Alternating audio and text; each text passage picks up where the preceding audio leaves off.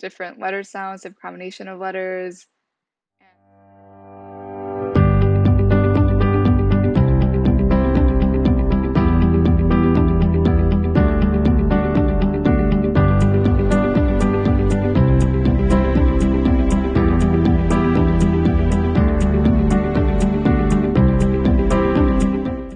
And right now I'm going to give access to the student to move around tiles and use a web browser. So all I have to do is click on the top right corner where there's three dashes and it will have a drop down menu. And under my name, it will have the students' names. Here I only have one student, so I'm going to go ahead and click on their name. And now they have access to move things around in the web browser.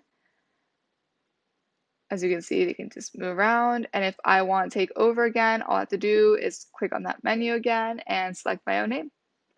And that's it. Very straightforward. Thank you.